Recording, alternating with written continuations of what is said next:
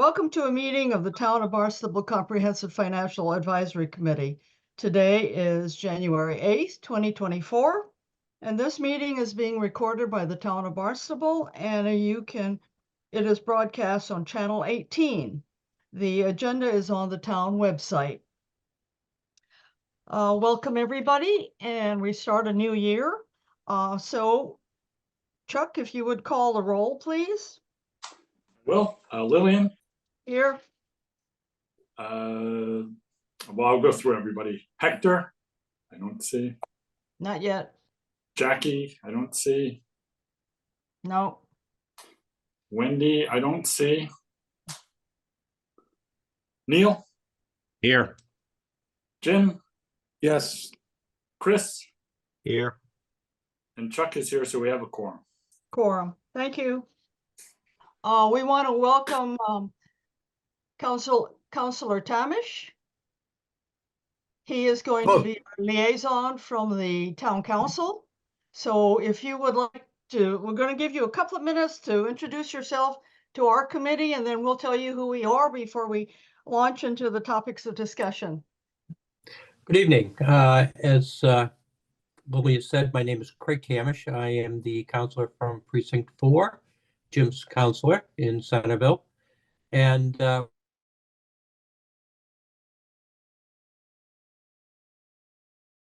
background, I worked for the town for 41 years. I retired as deputy chief of the Barnstable Police Department about eight and a half years ago.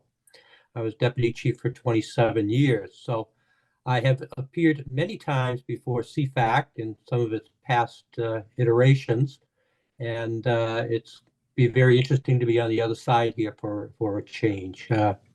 My background as deputy chief, I was deputy chief of both administrative services for a period of time and for quite a bit longer for field services. Administrative services had to do with the budgeting and personnel, supply, cruisers, dispatch, et cetera, et cetera. So I'm pretty familiar with town processes. I was on, as I've said, I was on the CIP task force for more years than I probably want to ever remember.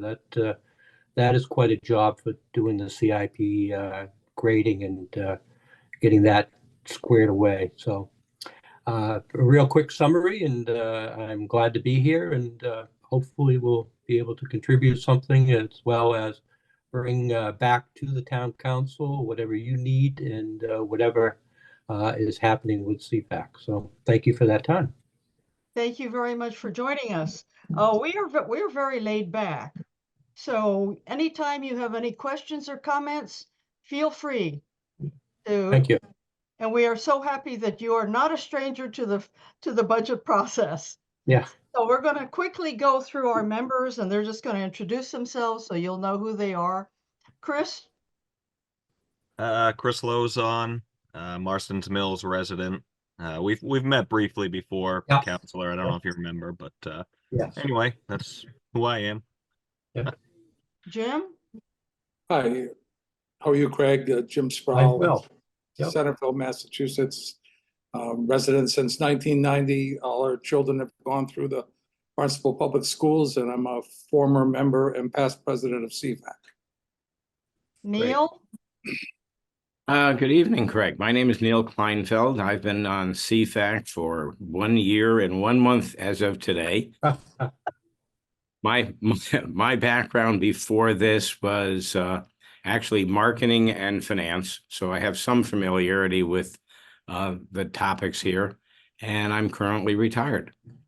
Great. And Chuck? Chuck McKenzie, I live in Cotuit. I've been on CFAC for a few years, and we've been in Cotuit for almost 10 at this point. And Lillian, just so you know, I just got a note from Hector, who's having trouble connecting, so he's trying right now. Okay, thank you very much. Sure. And I'm Lillian. I've been on I'm the longest serving member, currently this longest serving member on CFAC. This is my 11th year. And I'm in precinct 4. So right. yeah. And I have been in an advisor to legislators and candidates and specialized in budgets for the last 35 years. So here we are. All right, we will begin by approving the minutes of the November 27th meeting. Is there a motion to approve? Motion. I'll I move. move. Is there a second? Second, It's moved and seconded to approve the minutes of the November 27th meeting. Are there any corrections or changes that you would like to make?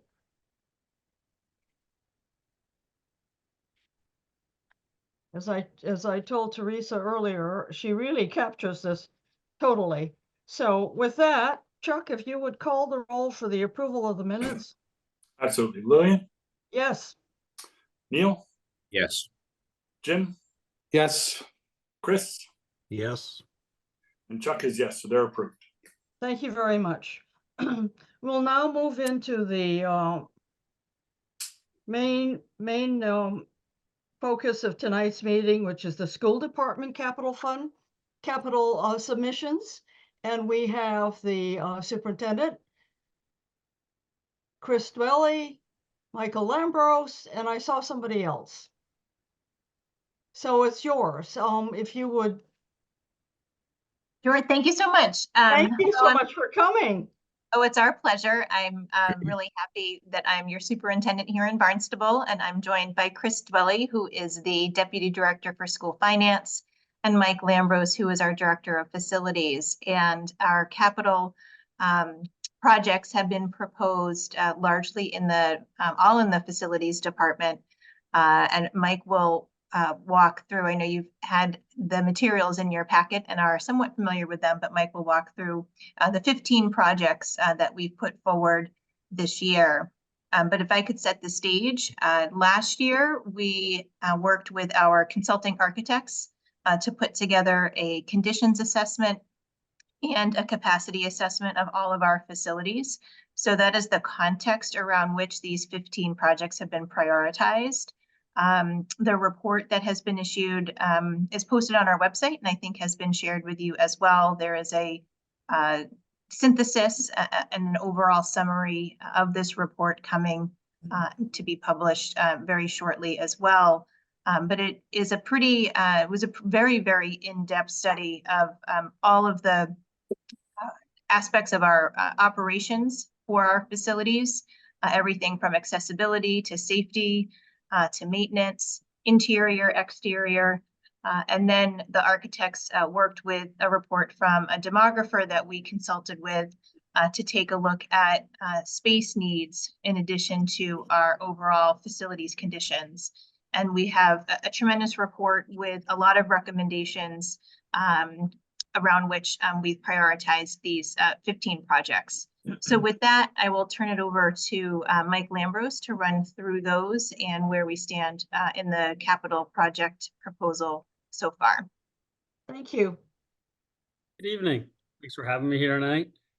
Yeah. So I guess I'll start with a question and how you want me to go through these projects. If you want me to go through everything, then go do questions at the end, or feel free if you want, I can go project by project and we can take questions as they come. Have you rank ordered them by priority? Yes. Why don't you do it through that Okay. process? All right. And please, if you have questions as I go, just interrupt, please. I like questions.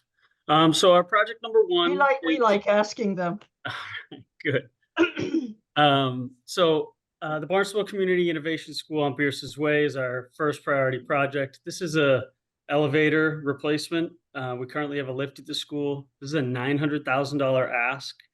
This will help get this school up to compliance right now. We've had issues with this lift going back and forth, probably a year and a half, 2 years now. It's been unreliable, to say the least. And so in order to get this school up to code and compliance to be accessible to all, this project will actually remove the existing chairlift, which goes up the stairs, and create a elevator with a shaft.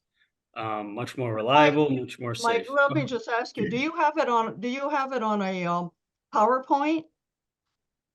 I do.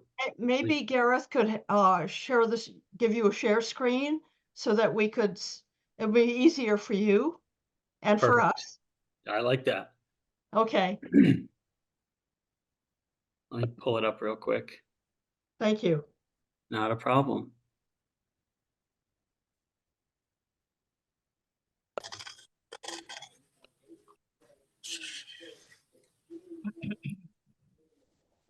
Mike, are you able to share your screen now? I may be able to. Let me just pull this up. I was doing two computers, so this will actually be easier for me. Lillian, can I ask Sarah a question? You mentioned that I think the projects are on your website. Are they in the same format we're going to see here or different format? That's in a different format. So the presentations that we posted to our website are two PowerPoint presentations put together by the architect. I can't remember the total number of projects that were recommended, but Mike is going to share 15 that he and his team have prioritized. Got Okay. it. From a Thank- much larger list. Thank you. You're welcome. So can everybody see Yeah, screen? that's much better. Thank you. All right. Do I need to enlarge it? Does anybody want me to go full screen, or does this work? This works. Okay, cool. That way I have the slides on the side. I kind of like that.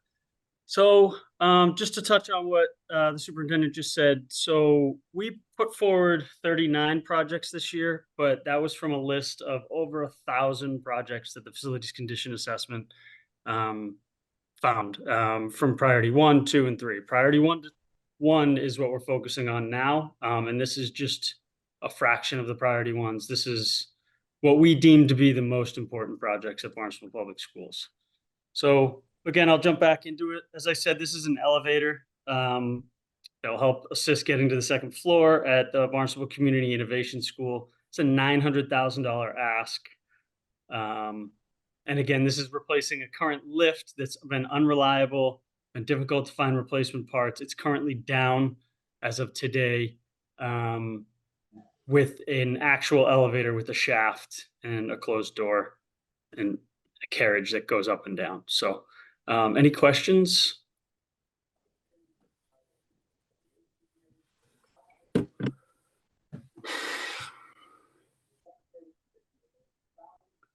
Oh, you're muted. Sorry. We have a CIP subcommittee, so I will defer to the members if they have any questions. I don't, as you know, we sat in at the meeting of the CIP task force, so we're well aware of these. Okay, well, I don't see any, so we can move to the next project then. Okay.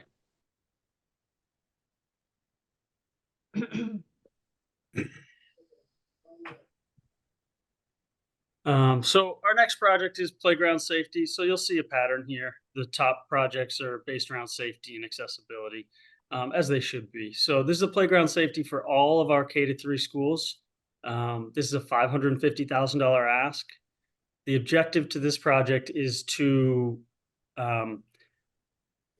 add rubber matting over the wood fiber surfacing. And the reason for that is if you've been to a playground that doesn't have port in place, it has wood fibers, wood chips at those impact areas under the swings, under the slides, under the monkey bars.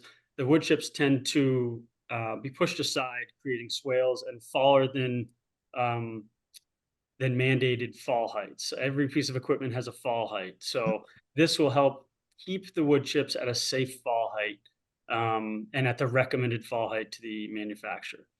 Again, this is a $550,000 ask. This is installed, and this will be all of our K-5 playgrounds in the district. Michael, who does the work on the playgrounds? So right now, we currently rake these wood fibers back. Once a month, our guys go out. They have a reoccurring work order. We outsource, we get inspections yearly. We have a couple vendors we use. The most recent is Jody Real Associates. Okay, But we would have to, this would be a project that's gonna go out to bid because of the funds, the total project. so it wouldn't be DPW then? They do have their own playgrounds that I believe they maintain. Okay, So it's coming from the general fund reserves? Correct. Okay. Any questions or comments from the members? Okay, we can move on then. All right, this is project number 3. This is for a paging system upgrade at Hyannis West and their Early Learning Center, the Enoch Cobb Early Learning Center. So, excuse me. The Hyannis West paging system is original. It is extremely outdated. It's difficult to use. We're losing zones. Certain classrooms can't hear the announcements. And the Enoch Cobb Early Learning Center, they do not have an existing paging center. So this would install a paging center at the 2 schools. The nature of these 2 schools, they're separate, yet they're on the same campus. So these would be combined. They would work together. So one announcement at one school would be addressed at the other school. They would also be able to give separate announcements as needed, but all emergency, all call announcements would go to both schools, which is a large safety issue and concern for our staff and students as they are on the same campus. And what's the expected life of a new paging system? Just because I don't know. So a new paging system, it really depends on how future-proof you are, and we intend to make this an IP based paging system, so that should future-proof it. However, your components such as speakers and amplifiers and such components of the system, about 10 to 15 years, you'll start to replace them. 20, the system should be replaced. Thank you. You. Any other questions? No, you're going to go through a general fund bond Oh, issue sorry. on that one? Hold on, where was it? Yeah, okay. Yep. Next. So this is the Barnstable Intermediate School, right on 895 Falmouth Road. Exterior door replacement. This will replace all exterior doors at the school. This is a $344,000 ask. General fund reserves. So this project will replace, currently the existing doors are becoming problematic, increasingly more expensive as they age. The existing doors use a vertical concealed rod system, which is good for about 1.5 million uses. And if they fail, the doors, they don't latch, which leaves a security risk to the school. So the new system will be integrated with a vertical mullion, which is your traditional pole in the middle with a traditional latch. Much more reliable, and you can get 2.5 to 5 million operations per latching system there. So a little bit more robust, more secure system. We'll get we'll get a longer life out of these new doors, and they'll be more reliable, safer, security-wise for our staff and students. What do you anticipate the life of this particular door system to be? The new door system, Yeah, 30 plus years. all minimum. right. Thank you. Yep. Any Hey, questions Michael, on this one? Michael, Jim Sproul, is this the first time, it's shown up on your capital program, or has this been on in the past and just worked its way up? So this is the first time this project has been on. However, last year we did ask for $1 million to do the K-5 schools. Okay. So we currently have a project that's getting ready to go out to bid, and the work will be done this summer for all of our K-5 schools, exterior doors. Thank you. Sorry, I just want to add, one of the components to this project will be a locked vestibule when you enter the school. So currently, right now, you get buzzed into the school and you're into the school. So in the future, you'll get buzzed into the school, you'll sign in a locked vestibule. The second layer of doors will be locked. Once approved, once an immediate background check through our system of scanning your ID, you'll then be buzzed and you'll gain access to the school. So this adds a little bit more security to the entrance of our buildings. That's incredible. Thank you. You mentioned that last year we did a district-wide door and window replacement for $1 million. Yes. So, yep. But So this, that actually, this was not included. this was not included. That was the K-5 schools. I see. So all the 5 elementaries and the 1 4-5 school. All right. Now, are all the replacements, and I know that we do mechanical upgrades too, is that all part of our deferred maintenance and replacement plan? Yep. Okay. So, yes.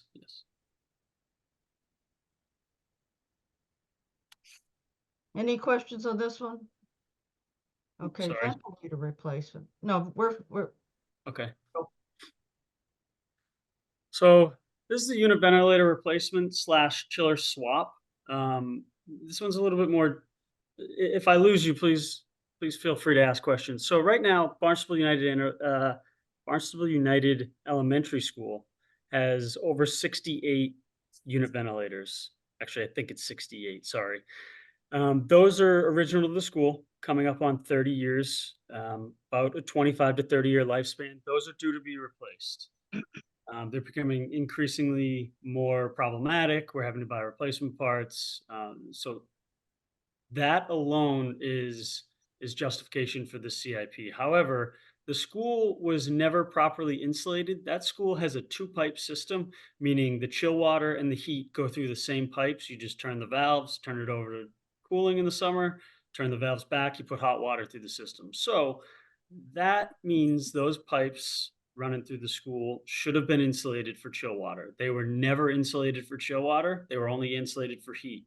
Therefore, what you get is you get moisture to come in contact with that chilled pipe. What happens when you take a water bottle out of the fridge? It condenses. So we have a lot of condensation and moisture problems. We've continuously been chasing the insulation and re-insulating that school. What this will do, this will take the chiller out of that school, which was installed in 2020. This will replace the chiller with this will replace the chiller at the Barnstable High School for the Performing Arts Center that is 25 years old, just shy, 24 years old, which is due to be replaced. It's on our 5-year plan. So this will move that project up. It will replace that. The chiller from BUE will replace the high school chiller. The chiller at Barnstable United, now that it is gone, we will replace the unit ventilators with a VRF system, which is a variable refrigerant flow. So what that will do is that will give us VRF cooling and heating, there's extremely large, I'm sure, heat pumps, essentially. There's incentives for this, large incentives per unit. So this is a large project. It's pretty complex, but we've been in contact with several contractors, and this is a project that would definitely have interest. And it will satisfy our multiple needs with one project. Now, what schools were included in last year's mechanical upgrades? So the mechanical upgrades last year. Yeah, we did burners, boilers, HVACs, pump system. So I believe I remember that one, yeah. Yep. So I believe we replaced a water heater at BWB, a water heater at Centerville, and are in the process of replacing one of the water heaters at the high school. There were some other miscellaneous mechanical upgrades in there. I believe I don't have them off the top of my head. Sorry, but I know 3 of the schools received new water heaters from the mechanical upgrade. And is that cost before the expected incentives or after? That cost us before. Okay, what do you expect the incentives to add up to? So I've been in touch with Rise Engineering and Cape Light Compact. They can't estimate that until we start the process. So I'd say 25% of every unit ventilator is my guess and my hope. Maybe it'll be more, maybe it'll be less. I just can't put a number on it because they wouldn't put a number on it for me. Uh-huh. Sorry. Those are incentives through the state or federal or both? I believe through the utility companies. The utility, okay. Yes. Thank you. So the process there is we get this project engineered, we provide that engineering and the plans, the scope to Rise and Cape Light Compact, and they would present a reimbursement package or an incentive package. And the reason they can't give me a number right now is because the project hasn't been designed. It hasn't to the point of construction documents. It's been designed for estimate, but they need to know the exact load and tonnage of the system in order to calculate savings. And that's how they give those incentives. Okay.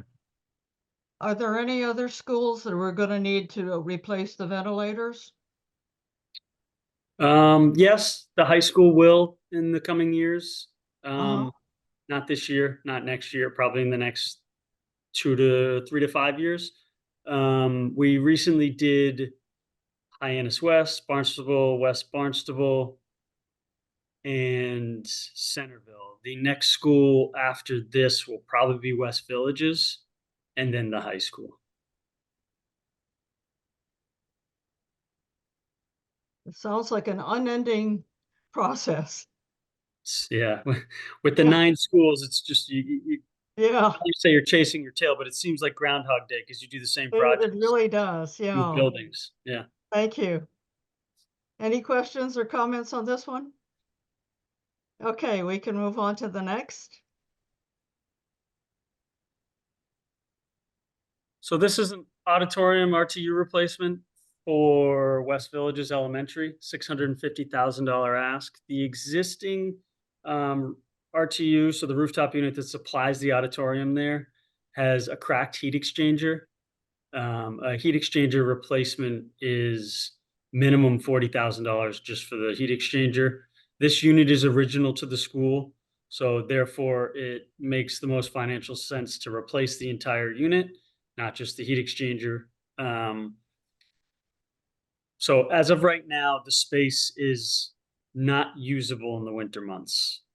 We have no way of heating it. So this is our second largest auditorium actually in the district behind the pack at the high school. Mm.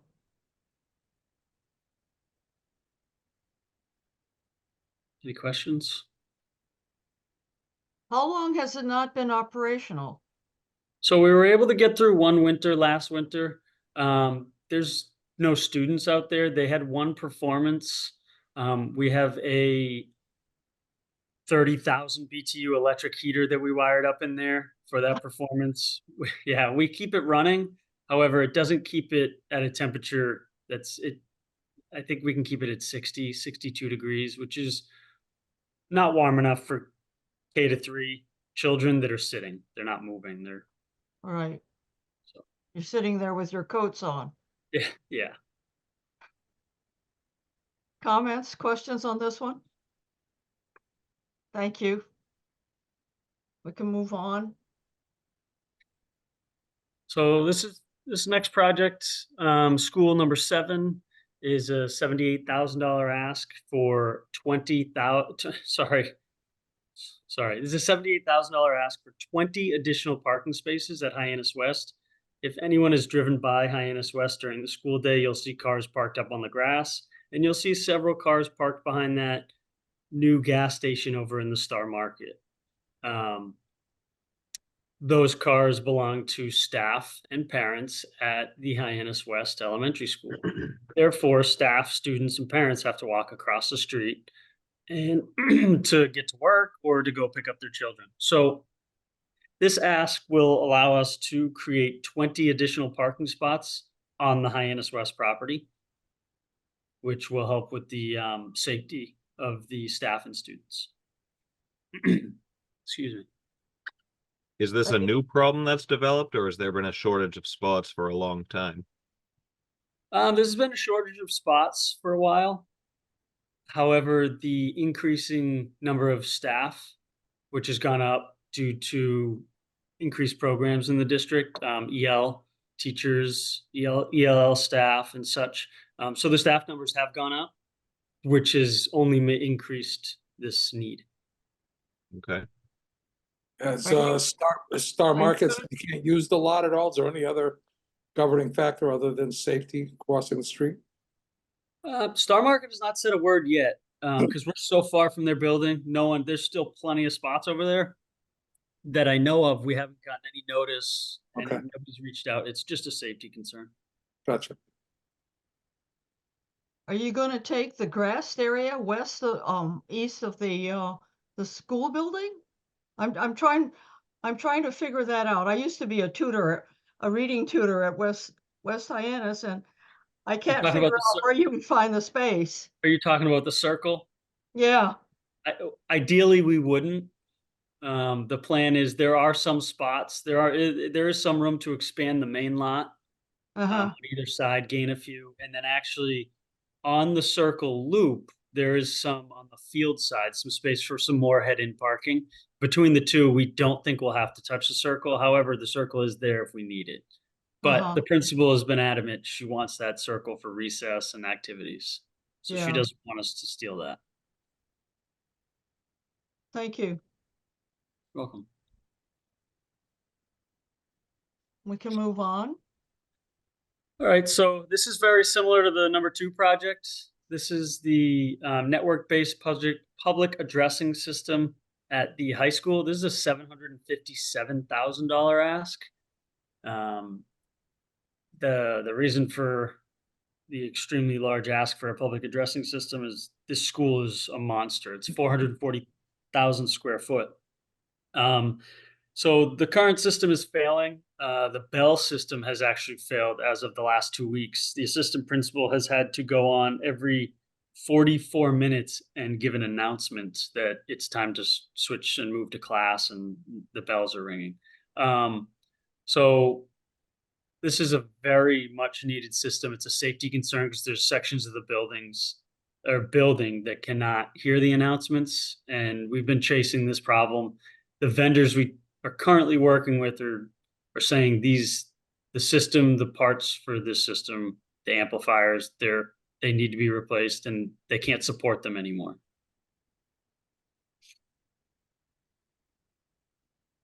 Are these new PA systems wireless, or are they still hardwired? They'll be hardwired, but they'll be IP based. Okay. So there'll be power over Ethernet, PoE, and which having them be IP based makes them a lot more adaptable, right? You have a lot more parameters, a lot more access to adjust and really customize the system. Okay. Thank you. Next. Okay, so now we're back to Hyannis West. This is for the locker room renovation to teaching spaces. So this is a $160,000 ask. So this will take the existing locker rooms. I'll just go right. If everybody's happy. The pictures say more than the words, and I know the words. So this will take the existing locker rooms, which are used no longer for sports. They haven't been since I've been here over 7 years. So what they'll do is they'll convert these teaching spaces, they were locker rooms, they're now teaching spaces, to a much larger teaching space. So these are 2 small boys and girls locker rooms. The 2 pictures you're seeing are the bathrooms inside these locker rooms that are used as closets. So this project will open up this space, remove the fixtures for the bathrooms, cap off all the plumbing, and redesign these for a better suited teaching space, which this school just for a little background information, Hyannis West is actually in the process of getting portables to assist with the increased population and the overcrowding at that school. So this will help with that as well. Thank you.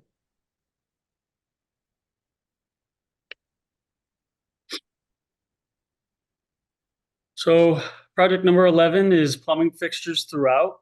This is a $200,000 ask for our K-3 schools throughout the district, all 5.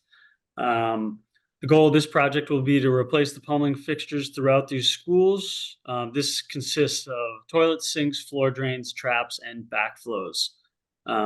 This will drastically reduce the maintenance costs at these schools, as this is probably our largest cost on the maintenance end at the K-5 schools, or K-3 schools, sorry. Many of these fixtures are original to these buildings. Several of these buildings are from the 50s and 60s. So they don't owe us anything.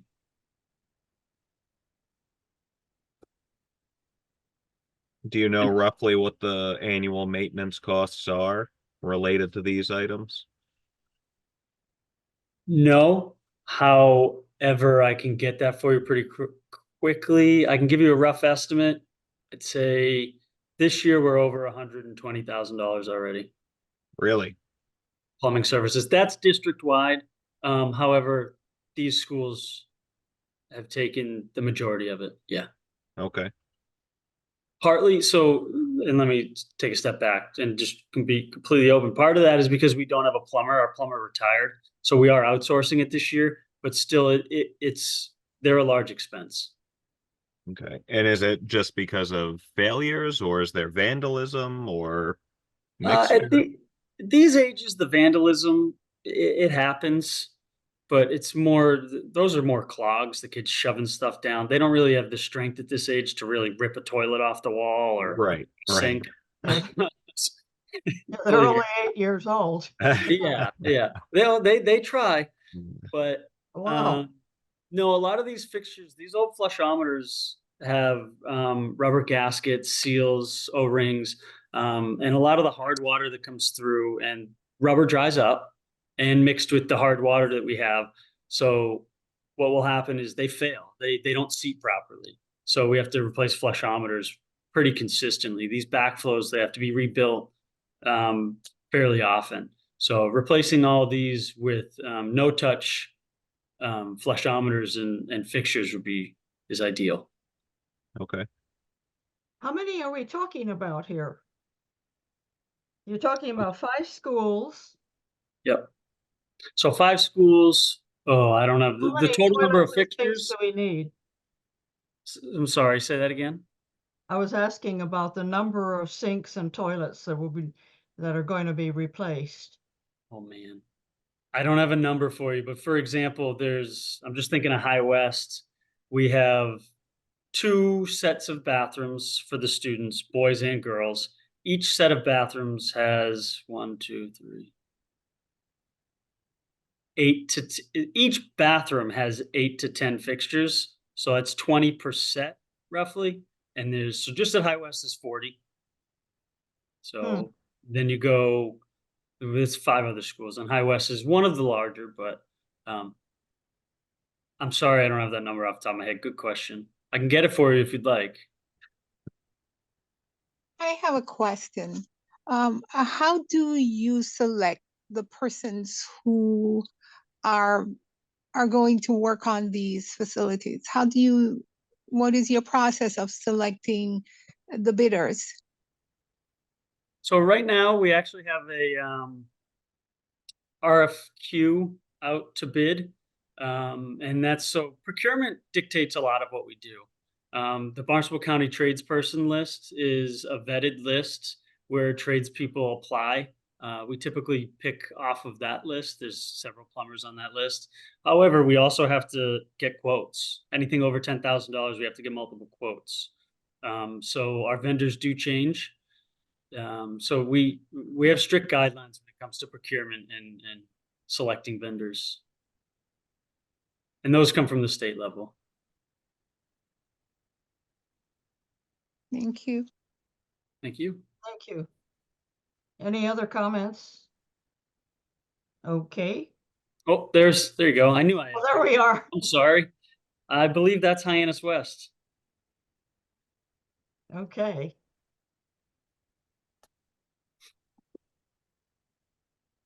So we're gonna stick with the bathroom theme here. We're gonna go to the high school. Bathroom, yeah. So this is a $1.1 million ask for the high school bathrooms. At the high school, there are 18 bathrooms or 9 sets of bathrooms, male, female. These are again large. Some of them are larger than the one you just saw.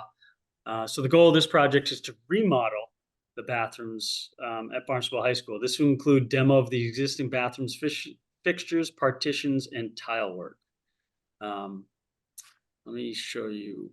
Yeah, a lot of these bathrooms are dated back to the 70s and are in need of an update and repair.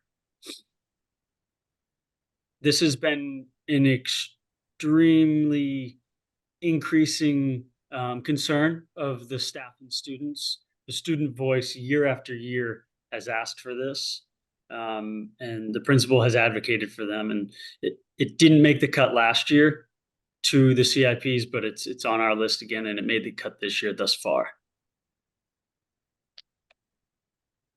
So there are 18 sets of bathrooms, 9 sets, 18 total bathrooms. 18 total bathrooms. Okay. Correct. That's not including the locker rooms, because in the future years we have a locker room renovation. Is So- this photo indicative of what the other 9 or 17 look like? Yes. Okay. Are all the new toilets gonna be water efficient? Yes. They have to be Okay, by code. Mike, that doesn't include staff bathrooms. This does not include staff bathrooms at all either.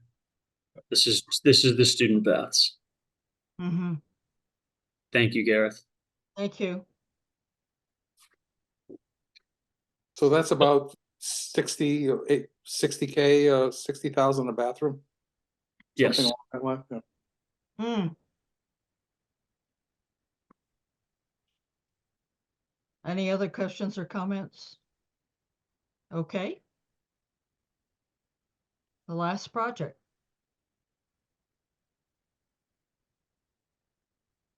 So this is the Barnstable High School roof replacement design project. This is a $350,000 ask. The future years has a placeholder for $13.7 million roof replacement. What this project, this is the design and phased study. So what this will do is this will have our architect look at the roof.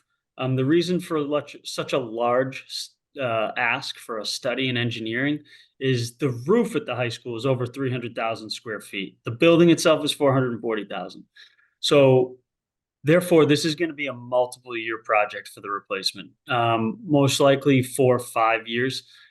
However, it gets complicated when we have 3 different solar arrays on the roof, none of which were installed at the same time, and 3 different companies own them. So there's going to be logistics to coordinating the roof replacement with the removal and replacement of the solar arrays. So this is really for evaluation and design. Correct.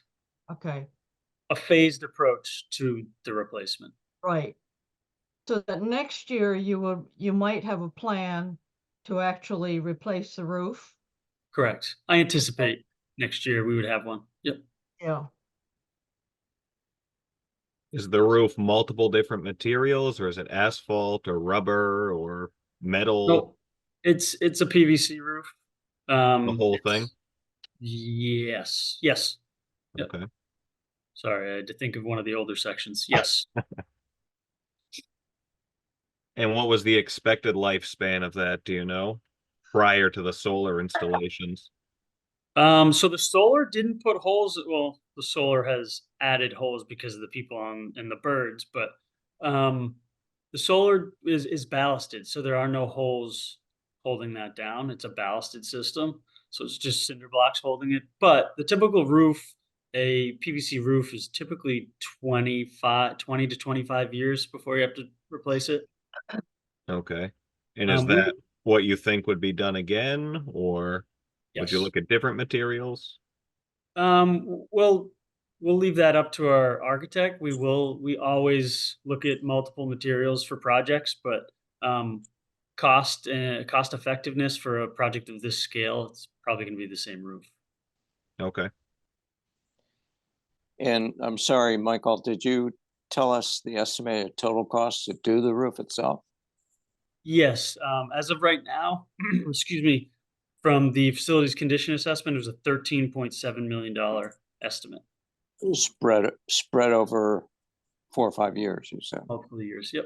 And so that number may change once this study comes in. Okay. Or, yeah, once the engineering, sorry, not the study. When you're doing the roof, will you be replacing any of the solar panels as well? No, none of those arrays are at the point of we don't own them. We have a lease with 3 different solar companies. So none of those arrays will be up. However, some are close, and that's what part of this looks at. And the phasing. So part of this is difficult is the logistics. Some of these arrays, the 20-year lease will be up depending on how we phase this project and when we get to that section of the roof. So that will be considered. And I think always the plan would be to replace them if that's what the town and the school wants to do, but there'd be a whole new lease. Surely in the course of 20 years, there should be advances in the technology of the solar panels. So by the end of our 20 years, ours will be totally outdated and Correct. probably not as efficient. Correct. Do we lease them or how does this work? We currently lease them. So we have 3 different solar arrays, 20-year leases on them. Once these leases are up, we will have either the option to buy or remove and replace with a new lease. But as you said, yeah, the 20-year solar panel is outdated and probably close to 75% efficient. So Yeah, we wouldn't want to buy them at the end of the 20 years. typically not. Yeah. What, the solar panels, how much of the school's electricity do they provide? 750 kW worth of solar panels up there. Off the top of my head, I don't have that answer for you.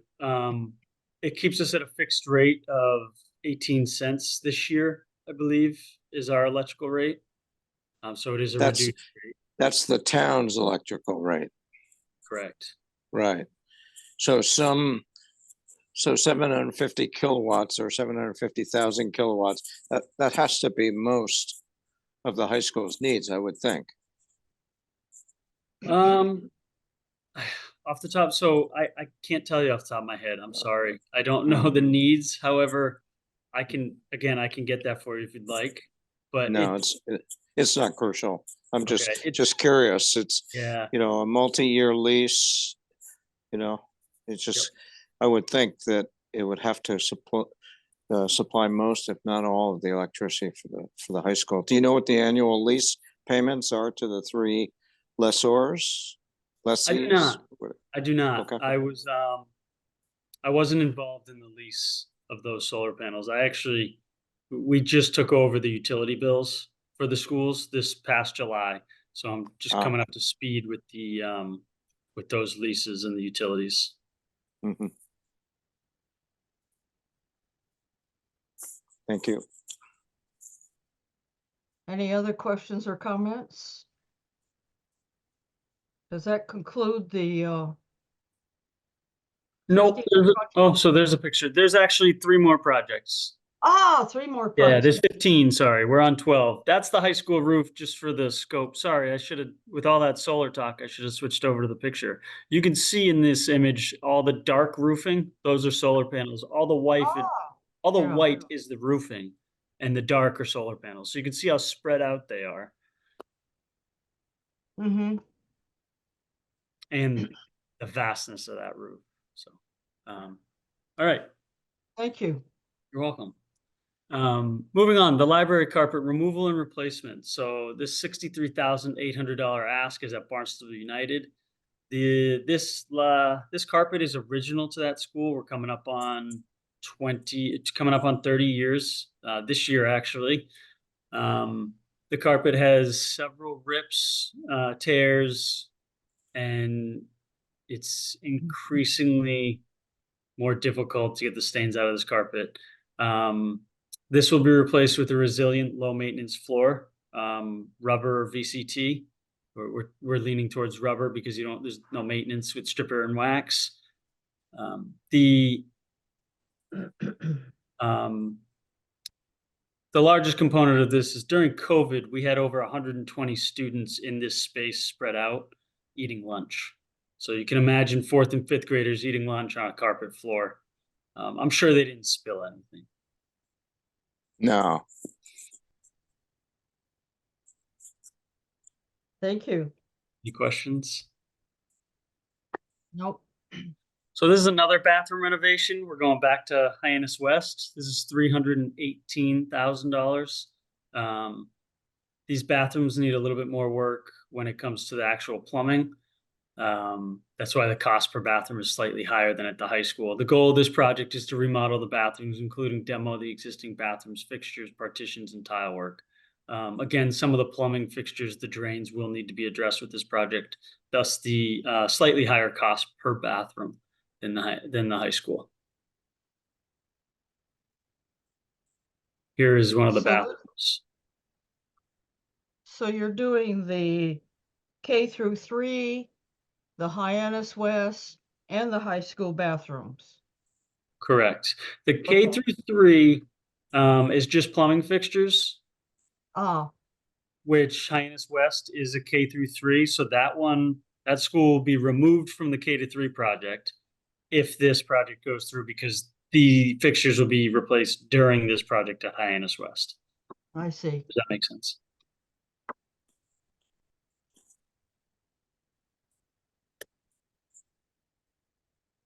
All right, so this is the final project. I believe it's the final project. Yep, sorry. I had one more slide. So this is for direct digital controls upgrades for HVAC at all of our Barnstable public schools. This is phase 1 of the project. There's a 2 to 3 phase approach.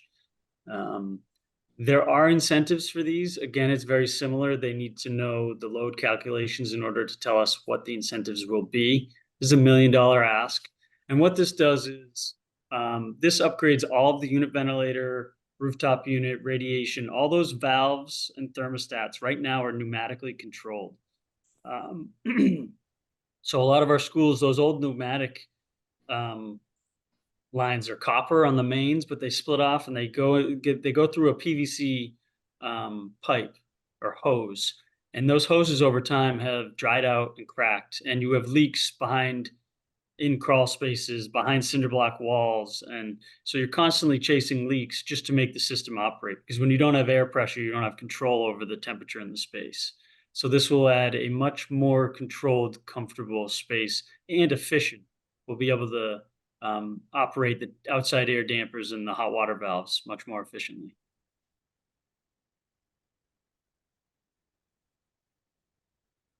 Will this be all done in 1 year? Nope, sorry, this is a 3-phase. This is year 1. Year 2 will definitely be needed. Year 3 is a placeholder. We're unsure if we'll need that. So the $1 million cost is for 1 year. Correct. This $1 million is for 1 year. Sorry, FY25. What do you anticipate the subsequent 2 years to cost? $800,000 a piece. Okay. This isn't approved this year. Does it just slide out to the next year? This particular project will include all the HVAC systems. Correct. Okay, thank you. Yes, if Jim, if not approved, it will it will move out. It will just push it back to next year. Thank you. What's your last slide? I think just more justification. Uh,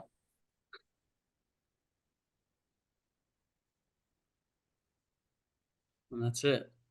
Great. Michael, can you just be sure that either directly or through Mark Milner or Gareth that your slide deck gets circulated to the committee? Absolutely. Thank you very much.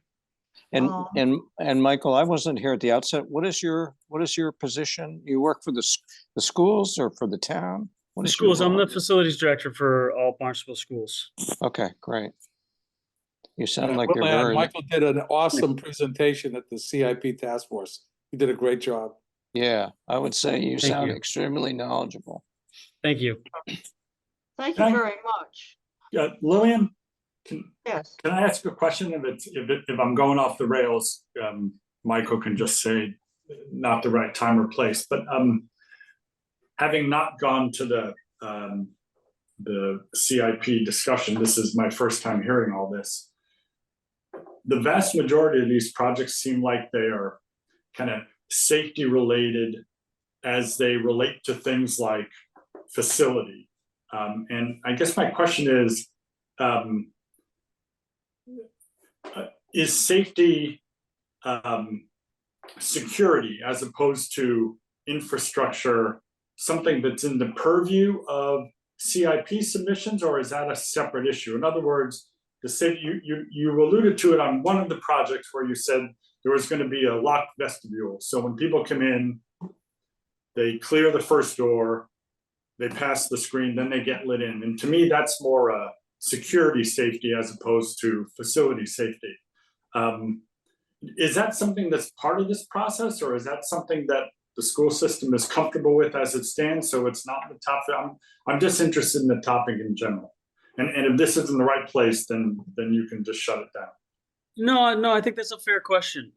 So yeah, that's absolutely part of the process. So in facilities, what we have to do is we have to look at the envelope, the operation, and the overall facility from structure to operations, safety and security being utmost importance. Obviously, we don't want to defer any maintenance that's going to impact the structure itself, as so again, safety of the structure. However, right now we're in a position where luckily we don't have any unsafe. For example, a few years ago, and I don't mean to go on, a few years ago we had an unsafe condition at Hyannis West. One of the roof trusses failed mid-year, and we had to replace that. And that would, in my sense, that would consider safety of the structure. Am I answering that correctly? So it is all part of the equation. So I hope is that answering your question? Yeah, I was just wondering if that's part of the purview when you set priorities here, and so I gather the answer is yes. So yes, cool. Absolutely. Cool. Yes. Thank you. Thank you. Yeah, and Michael, adding your total projects add up to what? Did you have a slide at the beginning?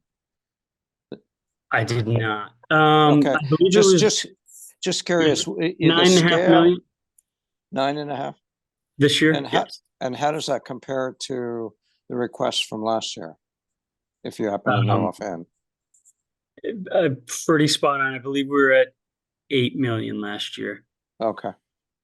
Give or take $500,000. And these are the projects that you guys have proposed. Does Mark Ells pass on these, or is this or does Dr. Ahern pass on them? I'm a little bit unclear as to school capital spending, who approves it? I can jump in if you don't mind. So Please. the facilities department has prioritized these from a bigger list. And Mike and I have had a discussion. It then goes on to the school committee, and the school committee has had an opportunity to review and approve these projects moving forward through the CIP development process. Ultimately, that is the process that's been referred to by various town departments weighing in. And a final recommendation, as I understand it, will go to Mark Ells with all of the projects across all the departments. Right, but it's probably typical that since these projects have passed your review, the review of the school committee, that these are fully baked, and Mark L is more likely than not will acquiesce to what you've asked for, or what has come out at the end of that process. I think he has set up a process over time for kind of that thorough review. And I have kept Mark in the loop. We meet regularly, and as the conditions assessment has come forward, I've been sharing that with him, so he's aware of what our needs are. All right, thank you. You're welcome. Just a Do couple, any of the members, go ahead. yeah, just a couple simple. In the FCA presentation earlier last year, it mentioned 1,000 projects were identified. There are 116 on the list. Were they consolidated? Were they reprioritized? How did it work? How do I reconcile those two numbers? Michael, So, thank you. yeah, thank you. So the 1,000 projects ranged from 13.7 million, the high school roof, all the way down to a $500 project, replacing electrical receptacles in a classroom. So any project that makes a CIP list, we took all the priority ones and we spread them out over the 3 to 5 year process, which priority one is 1 to 3 years. And we took anything to make the CIP list was anything over $60,000 is our threshold we use at the schools. Okay.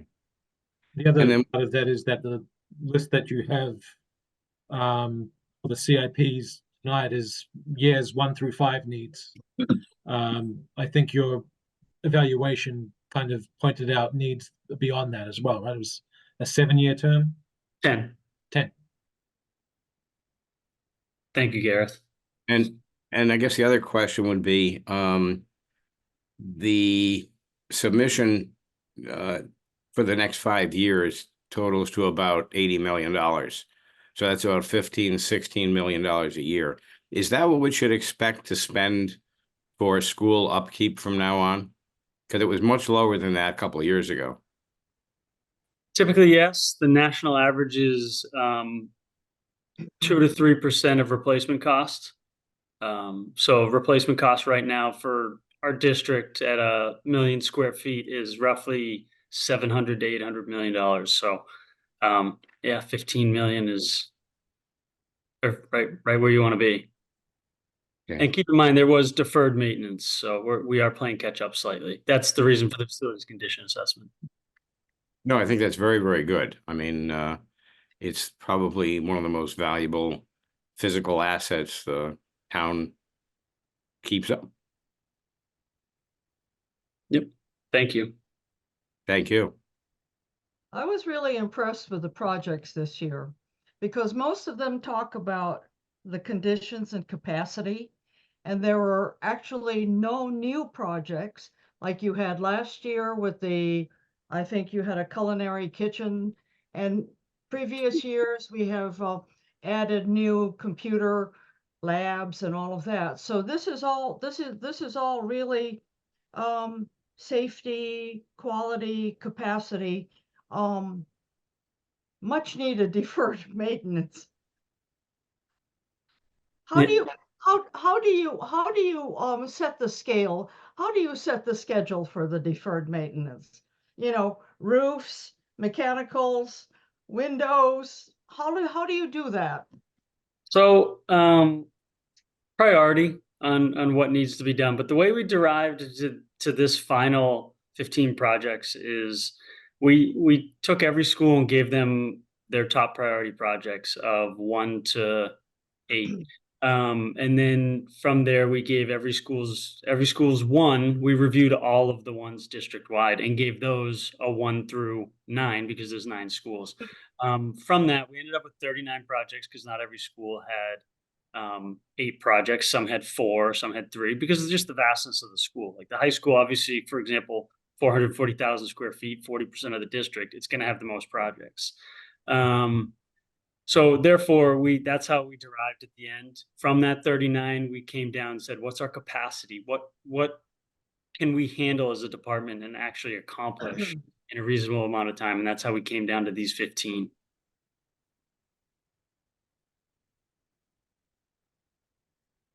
Are we replacing all of the 30-year-old equipment? We're well on our way. Okay.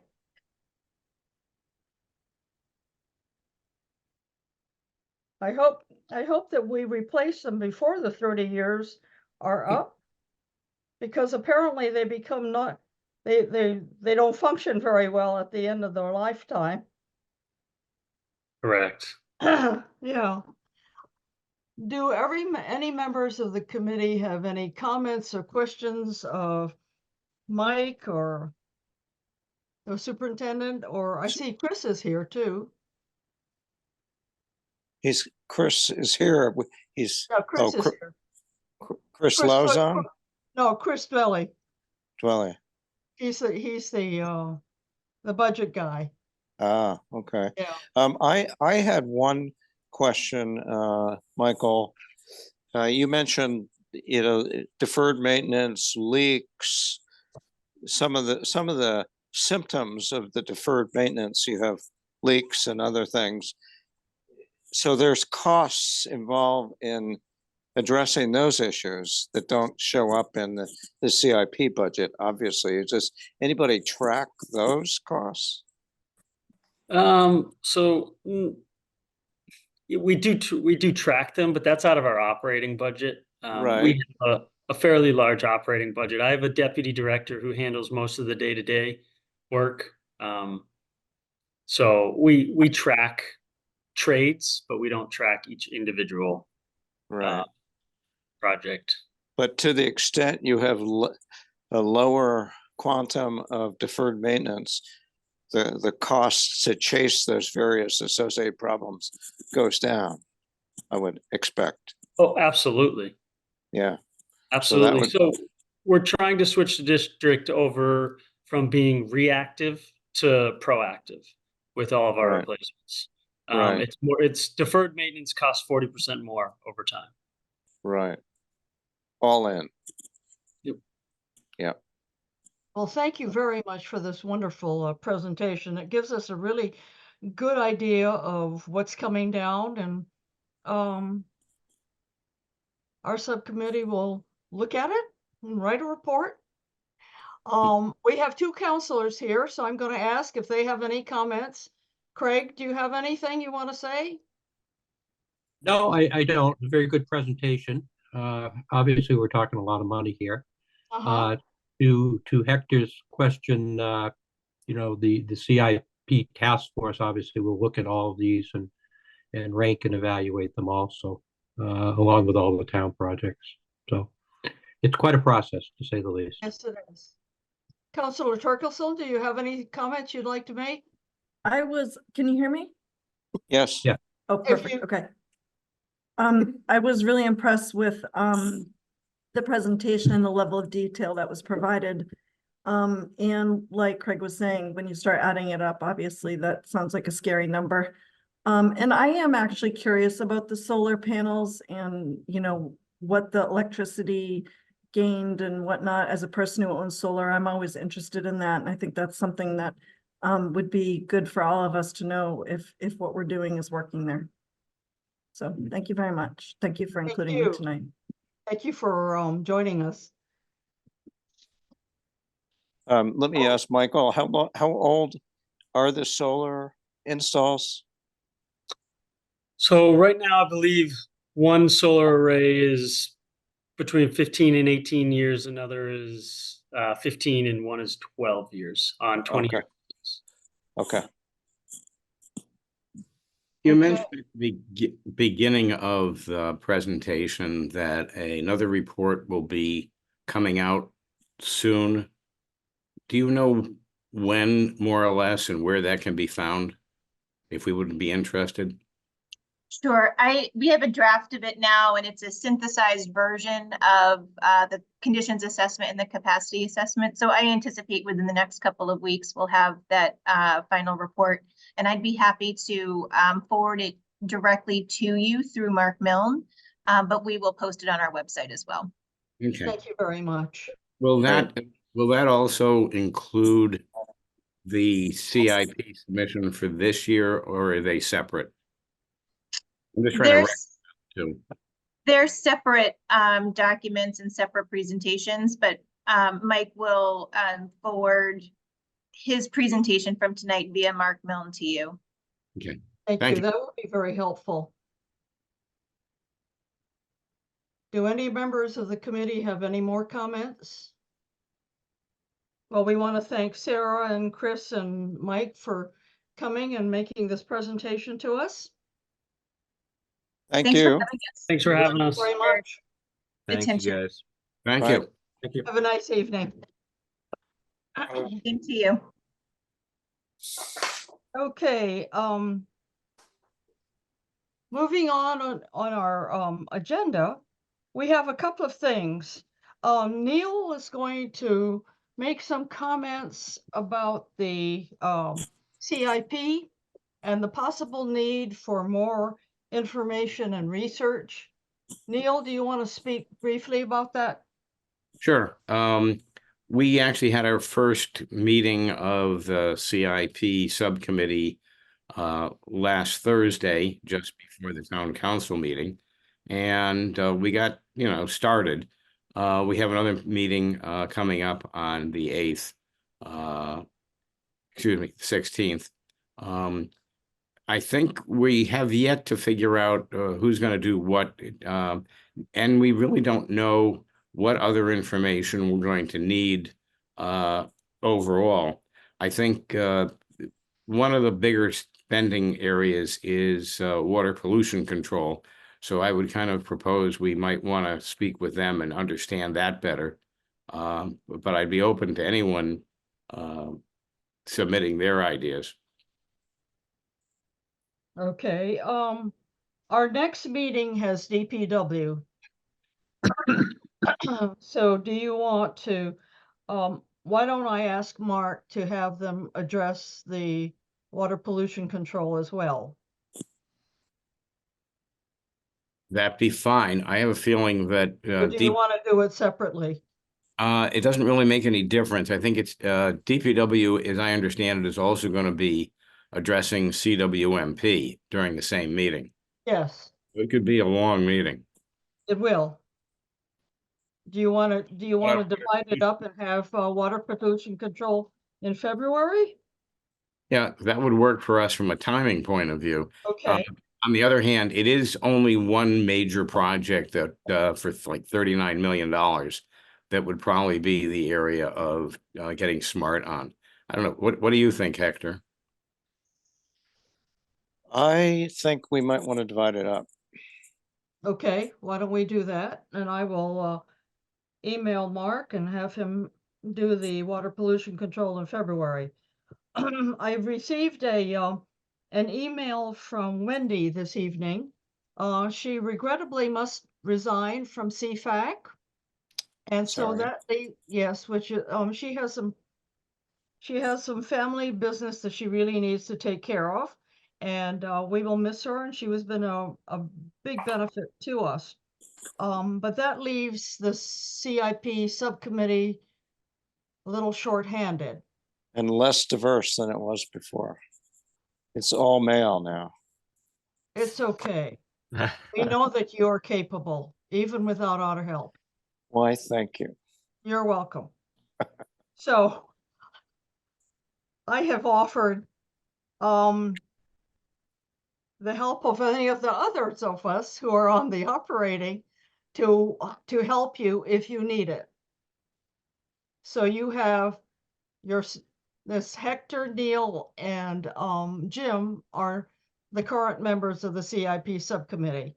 If you feel that you need anybody more, please let us know, and I'm sure one of the others of us will be happy to volunteer. Well, that's great. Neil, I don't know how you feel, but my sense would be, why don't we have our next meeting, get the tasks better divided up and see if we anticipate needing more horsepower, and then we could report back to Lillian. How does that sound? That's Sounds fine. good to me. Jim? That's fine. I was just gonna add a comment on the water control or what, that's just a Pollution. category, right? That's a bucketing of the projects. In other Yeah, words, that's a enterprise department. right, you're just putting capital projects in a bucket called water. What was the title you used? I'm sorry. Water pollution control. Yeah, water pollution control is going to be the big one on the CIP. Okay. And it's critical, yeah. Yeah, I just didn't recognize, that's the $38 million yeah. upgrade. Okay, Mhm. gotcha. I just didn't recognize the title, so. Yeah. Any other comments on that CIP, Neil? Not today. So I you're mean, the gonna good news is we got an early start. We won't get the town manager's recommendations until the very early March. And then we have a report which we'll bring in a draft form to the entire group in March 27th, I believe is the date. And then we have to get it approved by CFAC by April 8th, which is when it's due. Which happens to coincidentally be the date of a CFAC already scheduled meeting. So I think we're in pretty good shape so far. I think most of what we're doing now is just trying to tee up the key questions, the key analyses, so that when we get the town manager's recommendations, we're kind of really just dropping numbers into already predefined formats that we know we had to get created and can be efficient. Right. Lillian, the report is due to be delivered on April 8th, and as Neil just outlined, CFAC would be approving it on April 8th. That leaves no margin for error, I suspect. Well, if you could get it to us in one of the March meetings, your draft or your next to the last draft, or if you're like the operating, your 12th draft, sometime in March, so that the full committee can review it and ask questions and do whatever. Well, what we can do, we have March 27th is, I believe, a CFAC meeting, and that's where we were. We've got one on the 25th. The Okay, 25th. Thank you. Monday, the 25th. Yep. Right. So 25th. that's the one review we do have scheduled before the 8th.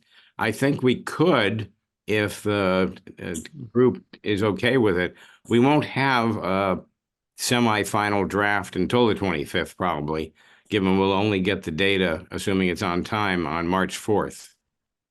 So, but we could, if Jim and Hector agree, we could share what we have a week. Well, every 2 weeks is the problem. We'd only have a week between March 4th and the next CFAC meeting, right? And then Right. nothing until the 25th. So one of the options would be to have a CFAC meeting that is more than a week away, but not 3 weeks away from March 4th. When is the town manager submitting his CIP? March 4th is the schedule. March 4th. And Gareth is shaking his head, yes, that's going to happen. That's the budget action calendar. There Yep. you go. Okay. So we will have a CFAC meeting on the 11th, but you won't be ready. Well, we'll be 1 week into it, basically, and so I'm not, I mean, we actually probably won't have written anything based upon that in a week, because we wouldn't have seen it ourselves. So if we could do it next week, it'd be better. Yeah. It's a tight schedule. I don't know how It's many very times. tight. It's always tight. Yeah. But it seems to me, Lillian, I think it was your idea that we would share whatever we had, in whatever rough draft form it is, on the 25th to Right. get CFAC's reaction. Is that, Neil and Jim, does that sound doable? Yeah, I think that when I put together the calendar, that sounds like we at the subcommittee would have had basically 2 go-arounds on the draft. Right. So I think the 25th, we're in good shape to share something, and then we have a week to turn that around to take CFAC's input and make modifications for the 8th. But it's tight. If you, Well, if your it's subcommittee could get it to us at the end of the week of the 25th of March, it'll give the other members a chance to look at it so that when we meet on the 8th, we will give you our final input. And then you can clean it up and we'll have a chance to meet the deadline. Yeah, let me ask that question because I didn't ask it. If we meet the 8th and we submit it on the 9th, is that That's will we, fine. not will that work? Sure. You know, and the other thing I'll look into is we've decided, although we haven't started doing it yet, and until we actually do it, we won't know if it's really going to work the way we think it is. We're going to be doing this original draft with using Word on the web. And so there's actually one document that's integrated all the time. Is it up to date is going to be the issue. Let me look into if we could share that with the rest of CFAC so people could read it. Yes. Make their comments to themselves. Don't do it on the cloud because that's not an open meeting. And that might give us an opportunity to have a very to figure out a way to get any whoa, I don't believe that type of thing out of the way sooner. But why don't we work this in the next CFAC meeting? We have time to figure this out. Okay. Thank you.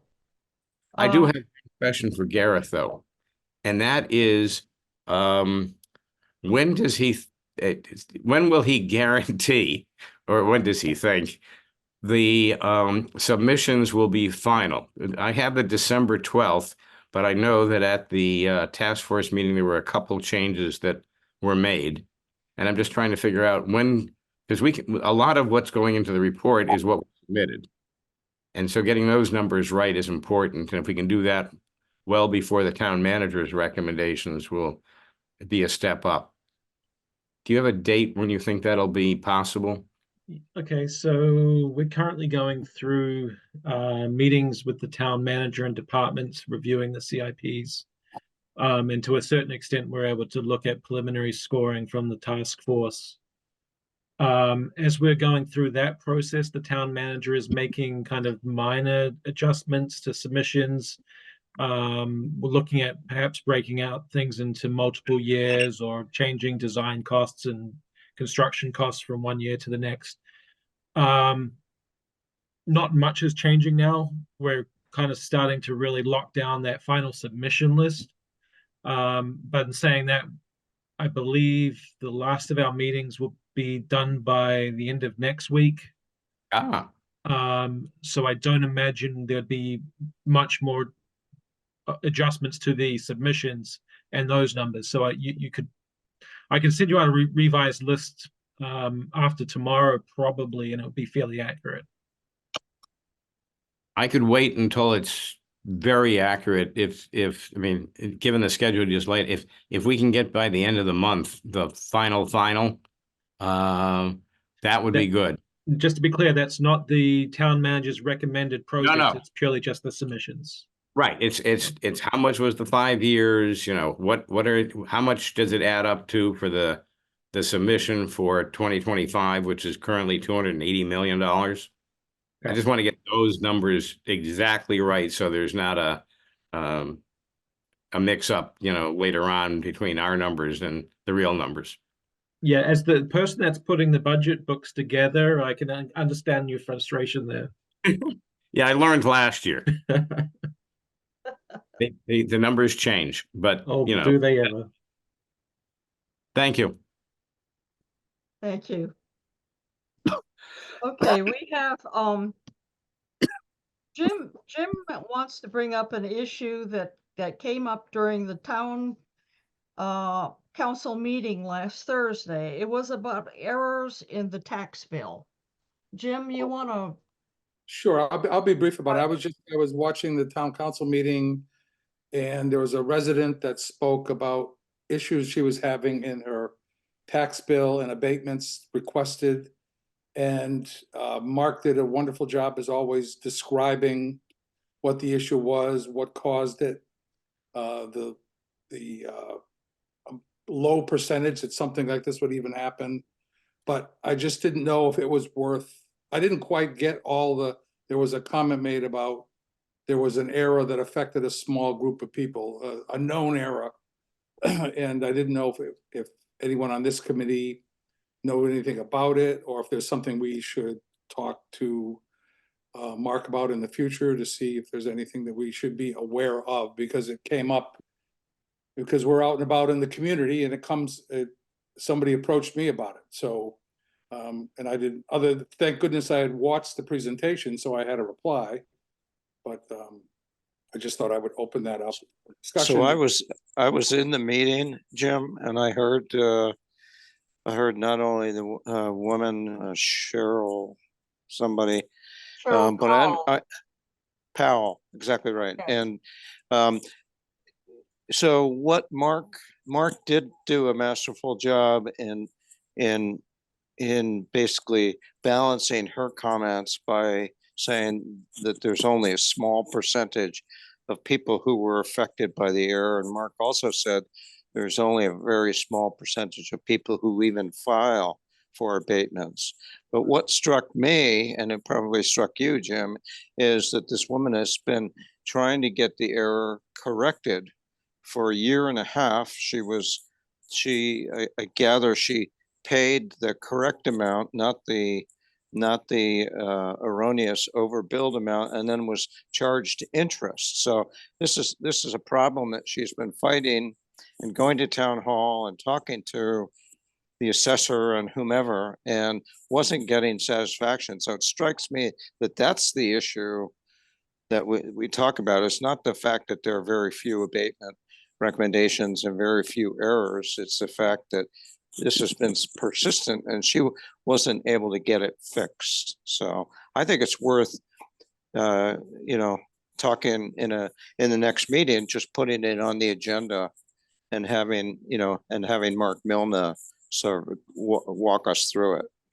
Yeah, I think I think it's a good idea to have Mark explain what happened and what the issue was, and the correcting measures that have taken place. He indicated during that meeting on Thursday that it had been corrected and they have taken measures that it won't happen again. So why don't we put that on the agenda and have him explain it to us? Yeah, There are a couple of Go can I ahead. just interject? You mentioned that the error had been fixed. This woman is still waiting for a correct tax bill. So her situation has not been rectified. So I don't think it's accurate to say the error has been corrected. I wonder if there are any other people with outstanding issues that haven't been fixed. That's true. Mark said that he would look into her particular case. Right. Yeah. The one other thing that somebody brought up, maybe it was one of the counselors, maybe it was Craig Tamish, who said, there were two counselors who mentioned it. Yeah. Yeah, but one of the other issues was raised is, we get these bills and most of us, 99% of us, just pay them. But to what extent do other errors go unnoticed? This was described as a glitch in software. But that I found that a little concerning, that this woman's been trying to get her bill fixed for a year and a half, and maybe there are other errors out there people never even notice. They just pay their bill. Yeah, that's possible. I can just elaborate a little bit on this. Yeah. From my understanding, the case with the taxpayer that was at the council meeting The problem was twofold in that the initial problem was she was not happy with her tax bill assessment as far as what the assessor placed the value on the property. Right. And that was the prior tax year. She went through the proper actions and got an abatement on her taxes. They looked at the assessed value as we're allowed to do by law, and it's kind of a recourse for a taxpayer if they're not happy with the assessment. And that was in fact adjusted through the regular abatement process. Where things compounded was when we did a upgrade in our software system, Munis, that handles our tax billing. It created an error where if a resident received an abatement the previous fiscal year, the preliminary bills that were issued did not reflect that adjusted abatement amount. And I believe initially it was about 1,000 bills went out with this error. It's the first time we've ever seen this error occur in our software system, which, to be frank, is been a very solid billing program for the decade and a half I've been exposed to it. We identified it, we notified the individuals that were affected by it. When it came to issuing the actual bills for this year, we were on such a tight turnaround when we had the votes of the council and then were able to produce the bills. We were acutely aware that to look for that error again, and it did not resurface except for, I believe, 42 individuals, for which she was one of the remaining 42. We were literally within days of not meeting the deadline to get those tax bills out in time. So the decision was made to get the 25,000 bills out and communication to those 42 affected individuals on what the impact was. And that's pretty much where we're at now. We suspect that as we've worked the bugs out of the system, I think as we get into a brand new tax year, you're going to see this software issue disappear. I think it's a compounding effect of the initial error, and then you're doing your actual bills. You just got to get to a whole new tax bill to clear out the problem, which is, it's tough. It's not an ideal situation. I want to thank Gareth for that explanation. I got a very similar explanation earlier.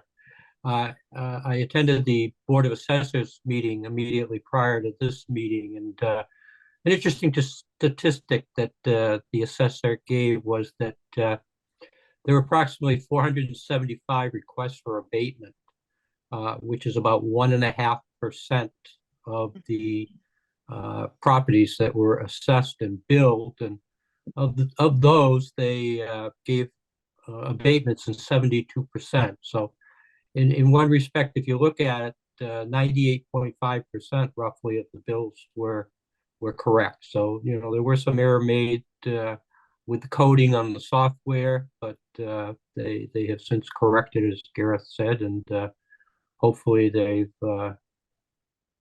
found the problem and are moving on. And there are some issues still with some people about as Gareth said, with the preliminary tax bills versus the final tax bills and reconciliation between the two. And I think that's where the gist of the problem lies now. Thank Yeah, you. that's helpful, Craig. You said if 1.5% of the 25,000 bills were challenged in the abatement process, you stated that 98.5% of the bills were correct. Is that a fair statement, given that some number of people just probably paid the bill reflexively without, looking at it. They said, oh man, big increase, but it's probably right, so I'm gonna pay it. Correct. They did not apply for an abatement. So, You're right. yes, So, whether the bill was correct or not. yeah, we I think don't. the 1.5% statistic on its own is indicative that the town, and as Gareth said, the billing system, but the town assessor seems to do a pretty even-handed job.